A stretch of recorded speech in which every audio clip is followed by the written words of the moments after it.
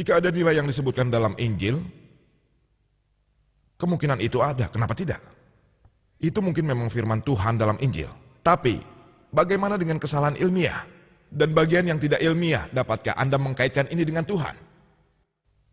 Saya ingin tegaskan lagi, bagi saudara-saudara saya yang Kristen, tujuan presentasi saya mengenai Injil dan ilmu pengetahuan ini tidak untuk melukai perasaan orang Kristen manapun. Jika selama presentasi saya menyinggung perasaan Anda, saya minta maaf. Tujuannya hanya untuk menekankan, kalau wahyu Tuhan tidak mungkin mengandung kesalahan ilmiah. Yesus berkata, carilah kebenaran, sebab kebenaran akan membebaskanmu. Kita punya kitab perjanjian lama dan kitab perjanjian baru, dan saat ini kita harus menjalankan kitab perjanjian terakhir, yaitu Quran yang agung. Sejauh yang dipikirkan oleh Dr. William Campbell, saya dapat lebih liberal dengannya, karena beliau telah menulis buku Quran dan Injil dari sudut pandang sejarah dan ilmu pengetahuan. Dia telah menyampaikan presentasinya dan juga dia seorang dokter medis. Saya harus bersikap formal dengannya. Sejauh yang dipikirkan saudara-saudara Kristen yang lain, saya mohon maaf jika saya melukai perasaannya. Mari kita menganalisa apa yang dikatakan Injil tentang ilmu pengetahuan modern. Pertama, mari kita bahas astronomi. Injil mengatakan tentang penciptaan alam semesta. Awalnya, kitab ke-1, kitab Kejadian, bab ke-1 disebutkan, Tuhan yang Maha Besar menciptakan langit dan bumi dalam 6 hari, siang malam 24 jam. Sementara itu, menurut para ilmuwan, alam semesta ini tidak dapat diciptakan begitu saja dalam waktu 6 hari 24 jam. Quran juga mengatakan tentang 6 ayam. Bentuk tunggalnya adalah yaum, jamaknya ayam, yang dapat diartikan 1 hari 24 jam atau waktu yang sangat lama, 1 yaum, 1 masa. Para ilmuwan mengatakan kalau kami tidak keberatan menyetujui kalau alam semesta dapat diciptakan dalam 6 masa yang sangat panjang. Kedua, Injil mengatakan dalam kitab Kejadian 1 ayat 3 dan 1 ayat 5, cahaya diciptakan pada hari pertama. Kitab Kejadian 1 ayat 14 sampai 19, benda yang memancarkan cahaya, bintang, matahari, dan sebagainya diciptakan pada hari keempat. Bagaimana mungkin penyebab cahaya diciptakan pada hari keempat, sementara cahaya muncul pada hari pertama? Ini sangat tidak masuk akal. Lebih lanjut, kata Injil kitab Kejadian 1, ayat 9-13, bumi diciptakan pada hari ketiga. Bagaimana mungkin ada malam dan siang tanpa bumi? Hari didasarkan pada rotasi bumi. Tanpa diciptakannya bumi, bagaimana bisa ada siang dan malam? Poin nomor 4. Kitab Kejadian ke-1, ayat 14-19 mengatakan, di sana dikatakan bahwa matahari dan bulan diciptakan pada hari keempat. Saat ini ilmuwan mengatakan pada kita, bumi adalah bagian dari tata surya yang unsur utamanya matahari.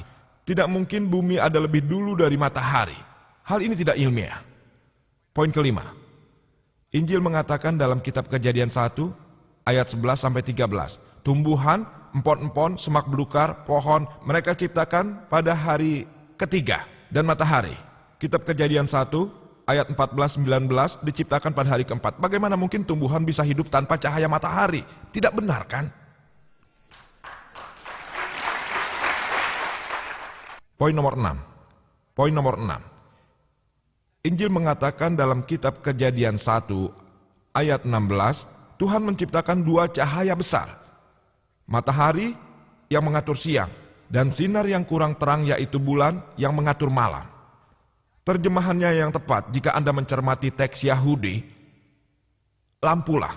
Lampu mempunyai cahaya sendiri. Dan jika Anda mencermati kedua ayat ini, kitab Kejadian 1 ayat 16-17, ayat 17 mengatakan, dan Tuhan yang Maha Besar meletakkan mereka di cakrawala untuk menerangi bumi.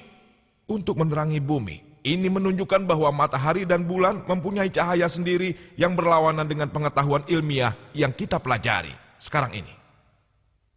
Ada juga beberapa orang yang bergabung dan mengatakan kalau 6 hari yang dimaksud dalam Injil sebenarnya mengacu pada zaman, masa dalam Al-Quran, bukannya 6 hari 24 jam. Hal ini tidak logis jika Anda membaca Injil malam, pagi, jelas yang dimaksud 24 jam. Bahkan jika kita menggunakan pendekatan yang sama, tidak masalah. Saya setuju dengan pendapat Anda yang tidak masuk akal. Namun hal ini hanya memecahkan masalah kesalahan ke-1, yaitu penciptaan 6 hari, dan kedua, yaitu penciptaan cahaya pada hari ke-1 dan bumi pada hari ke-3. Lalu, 4 lainnya belum dapat dipecahkan. Lebih lanjut dikatakan, jika periode 24 jam, mengapa tanaman dapat tumbuh selama 24 jam tanpa sinar matahari? Saya katakan baik. Jika Anda mengatakan kalau tanaman diciptakan sebelum matahari dan dapat tumbuh selama 24 jam, saya tidak keberatan. Tapi, Anda tidak dapat mengatakan pada saat hari-hari yang dimaksudkan adalah 24 jam, juga masa yang sangat lama. Anda tidak dapat mengacu pada keduanya. Jika itu masa yang lama, Anda memecahkan poin 1 dan 3, namun 4 poin lainnya masih belum terpecahkan. Jika hari yang dimaksud adalah 24 jam, Anda hanya memecahkan poin nomor 5, yang lainnya tidak. Ini tidak ilmiah. Saya mendengar Dr. William ingin mengatakan, itu masa yang lama. Dan mengatakan kalau ada 4 kesalahan ilmiah atau katakan saja yang dimaksud adalah 24 jam sehari. Dan anggap saja hanya ada 5 kesalahan ilmiah dalam penciptaan alam semesta. Mengenai konsep bumi. Beberapa ilmuwan telah menjelaskan bagaimana dunia akan berakhir. Ada dugaan-dugaan, beberapa di antaranya mungkin benar. Tapi beberapa juga mungkin salah. Apapun itu, apakah dunia akan musnah atau ada selamanya? Keduanya tidak dapat terjadi secara bersamaan. Sangat tidak masuk akal. Namun inilah yang dikatakan dalam Injil. Disebutkan dalam Injil, dalam kitab Yahudi 1, ayat 10-11, dan kitab Zabur 102, 25-26, Tuhan Maha Besar menciptakan langit dan bumi, dan keduanya akan musnah. Benar-benar kebalikan dari yang disebutkan dalam kitab Pendeta 1 ayat 4 dan kitab Zabur 78, 69, bahwa bumi akan ada untuk selamanya. Saya mempersilahkan Dr. William Campbell untuk memilih yang mana dari kedua ayat tersebut yang tidak ilmiah. Yang pertama atau kedua. Salah satunya harus ilmiah. Tidak bisa keduanya. Dunia tidak mungkin pada saat yang sama abadi dan musnah, dan ini sangat tidak ilmiah. Mengenai langit, Injil mengatakan dalam Ayub 26 ayat 11, pilar langit akan bergetar. Quran mengatakan dalam surat Luqman 31 ayat 10, langit tidak memiliki pilar. Tidakkah Anda lihat? Kalau langit itu tidak mempunyai pilar. Injil mengatakan, kalau langit memiliki pilar, tidak hanya langit mempunyai pilar. Injil mengatakan dalam kitab pertama Samuel 2 ayat 8, juga kitab Ayub 9 ayat 6, dan kitab Zabur 75 ayat 3, bahwa bumi punya pilar. Marilah kita analisa apa yang dikatakan Injil dalam hal diet dan nutrisi. Injil dalam kitab Kejadian 1 ayat 29 bahwa Tuhan telah memberimu tanaman yang menghasilkan biji, pohon yang menghasilkan buah. Biji itulah sebagai daging untukmu. Versi internasional baru mengatakan, biji menghasilkan tanaman, dan tanaman menghasilkan buah, dan yang menghasilkan biji adalah makanan untukmu semuanya. Saat ini, bahkan orang awam pun tahu kalau ada tanaman beracun seperti beri liar, strici, datura, tanaman yang mengandung alkaloid, foliander, bakapoid. Dan kalau Anda makan, kemungkinan Anda akan mati.